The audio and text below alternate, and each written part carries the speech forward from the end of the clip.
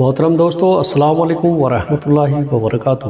امید کرتا ہوں آپ خیریت سے ہوں گے۔ اللہ آپ کو سلامت رکھے، خوش رکھے، آباد رکھے۔ پیارے عزیز دوستو، ہمارے مذہب اسلام میں تمام دن اللہ تبارک و تعالیٰ کے عطا کردہ ہیں، مگر جمعہ کا دن ایک خاص اہمیت رکھتا ہے۔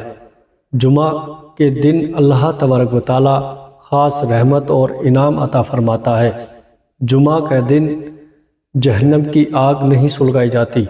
جمعہ کے دن مرنے والا خوش نصیب شہید کا درجہ رکھتا ہے اور عذاب قبر سے محفوظ ہو جاتا ہے۔ جمعہ کی رات دوزخ کے تمام دروازے بند کر دیے جاتے ہیں۔ جمعہ یوم عید ہے اور تمام دنوں کا سردار ہے۔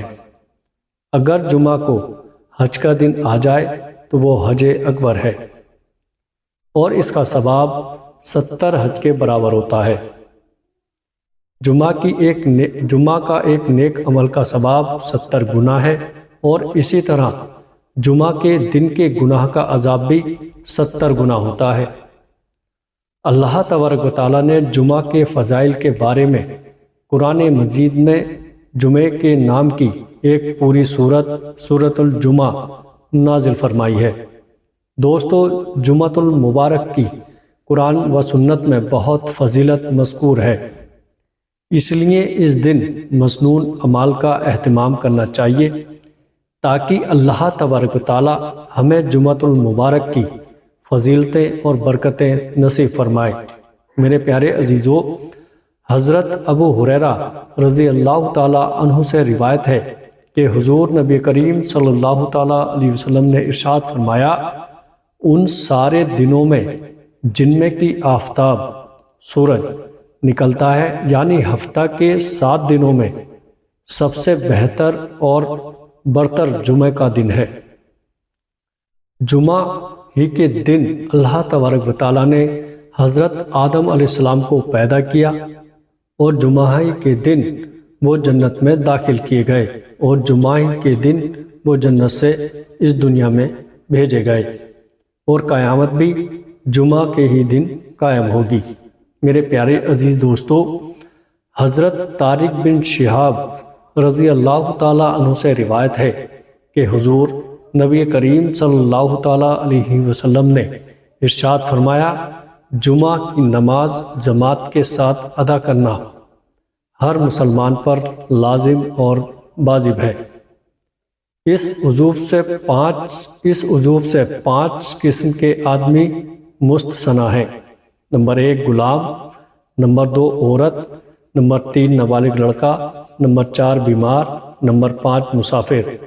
پیارے دوستو، اسی طرح حضرت ابو الزاد زمری رضی اللہ تعالیٰ عنہ سے روایت ہے کہ نبی کریم صلی اللہ تعالیٰ علیہ وسلم نے ارشاد فرمایا، جو آدمی بلا عذر 3 جمعہ تساہل یعنی سستی اور لاپرواہی کی وجہ سے چھوڑ دے گا تو اللہ تبارک و تعالیٰ اس کے دل پر مہر لگا دے گا، یعنی پھر وہ شخص نیک عمل کی توفیق سے محروم ہی رہے گا۔ میرے پیارے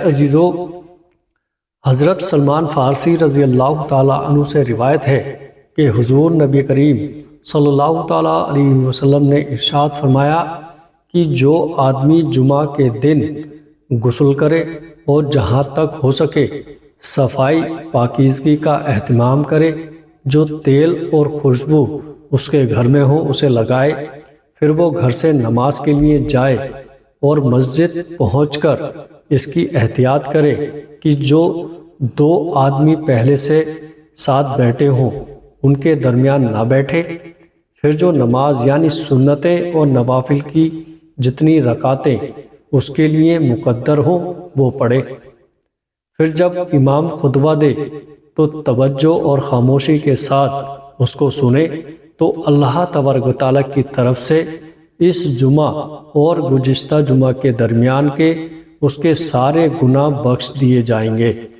حضور نبی کریم صلی اللہ تعالیٰ علیہ وسلم نے ارشاد فرمایا، جو شخص جمعہ کے دن 7 اعمال کر لے، اس کو مسجد جاتے ہوئے ہر قدم پر 1 سال کی نفلی نمازوں کا ثواب اور 1 سال کے نفلی روزوں کا اجر و ثواب ملے گا۔ وہ 7 اعمال یہ ہیں: نمبر 1 غسل کرنا، نمبر 2 اچھے کپڑے پہننا، نمبر 3 مسجد جلدی جانے کی فکر کرنا، نمبر 4 مسجد پیدل جانا، نمبر 5 امام کے قریب بیٹھنے کی کوشش کرنا، نمبر 6 خطبہ غور سے سننا، نمبر 7 کوئی بیہودہ لغو کام نہ کرنا۔ میرے پیارے دوستو، حضرت ابو سعید خدری رضی اللہ تعالیٰ عنہ سے روایت ہے کہ حضور نبی کریم صلی اللہ تعالیٰ علیہ وسلم نے ارشاد فرمایا، جو شخص جمعہ کے دن سورۃ الکہف پڑھے اس کے لیے 2 جمعوں کے درمیان نور روشن ہو جائے گا۔ میرے پیارے دوستو، امیر المومنین حضرت سیدنا علی رضی اللہ تعالیٰ عنہ سے روایت ہے کہ حضور نبی کریم صلی اللہ تعالیٰ علیہ وسلم نے ارشاد فرمایا، جس شخص نے جمعہ والے دن سورۃ الکہف کی تلاوت کی تو وہ آئندہ جمعہ تک ہر طرح کے فتنے سے بچایا جاتا ہے، یہاں تک کہ اگر دجال بھی نکل آئے تو اس سے بھی محفوظ رہے گا۔ اسی طرح حدیث مبارکہ میں آتا ہے کہ جس شخص نے سورہ کہف کی پہلی 10 آیتیں حفظ کر لی اور پابندی سے پڑھتا رہا، وہ دجال کے فتنے سے بچا دیا جائے گا۔ اسی طرح آخری 10 آیتوں کے متعلق بھی روایت آتی ہے، اور اس طرح ایک روایت میں یہ بھی آتا ہے کہ جو شخص سورہ کہف کی پہلی 3 آیتیں پڑھتا رہے گا وہ بھی دجال کے فتنے سے محفوظ رہے گا۔ حضور نبی کریم صلی اللہ تعالیٰ علیہ وسلم نے ارشاد فرمایا، جس نے مجھ پر صبح اور شام 10 مرتبہ درود شریف بھیجا اسے روزہ قیامت میری شفاعت نصیب ہوگی۔ صحیح الجامع الصغیر البانی جمعہ کے روز کثرت کے ساتھ حضور نبی کریم صلی اللہ تعالیٰ علیہ وسلم کی ذات گرامی پر درود شریف پڑھنا چاہیے۔ آپ صلی اللہ تعالیٰ علیہ وسلم نے ارشاد فرمایا، جمعہ کے دن کثرت کے ساتھ مجھ پر درود شریف پڑھا کرو۔ جو کوئی مجھ پر جمعہ کے دن درود شریف پڑھتا ہے میرے سامنے اس کا درود شریف پیش کیا جاتا ہے۔ درود شریف چاہے دن کو پڑھا جائے یا رات کو ثواب برابر ہے۔ آپ صلی اللہ تعالیٰ علیہ وسلم نے ارشاد فرمایا، جمعہ کے دن اور رات کو مجھ پر کثرت سے درود پڑھا کرو، کیونکہ جس نے مجھ پر 1 مرتبہ درود شریف پڑھا اللہ تبارک و تعالیٰ اس پر 10 رحمتیں نازل فرماتا ہے۔ حضور صلی اللہ تعالیٰ علیہ وسلم نے ارشاد فرمایا کہ جب جمعہ کا دن ہوتا ہے تو فرشتے مسجد کے ہر دروازے پر کھڑے ہو جاتے ہیں، وہ پہلے آنے والے کا نام پہلے اور اس کے بعد آنے والے کا نام اس کے بعد لکھتے رہتے ہیں، اسی طرح آنے والوں کا نام اسی ترتیب سے لکھتے رہتے ہیں۔ جب امام خطبہ دینے آتا ہے تو فرشتے اپنے رجسٹر جن میں آنے والوں کے نام لکھے گئے ہیں لپیٹ دیتے ہیں اور خطبہ سننے میں مشغول ہو جاتے ہیں۔ میرے پیارے دوستو، اب آئیے گا جانتے ہیں کہ جمعہ کے دن کیا نہیں کرنا چاہیے۔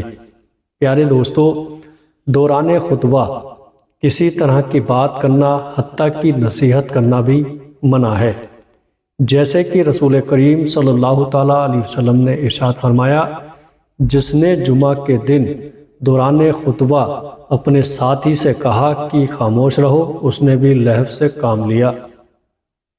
حضور صلی اللہ تعالیٰ علیہ وسلم نے ارشاد فرمایا، جس نے کنکریوں کو ہاتھ لگایا یعنی دوران خطبہ ان سے کھیلتا رہا یا چٹائی کپڑے وغیرہ سے کھیلتا رہا، اس نے فضول کام کیا اور اس کی وجہ سے جمعے کا خاص ثواب ضائع کر دیا۔ ہمیں ان باتوں سے بچنا چاہیے۔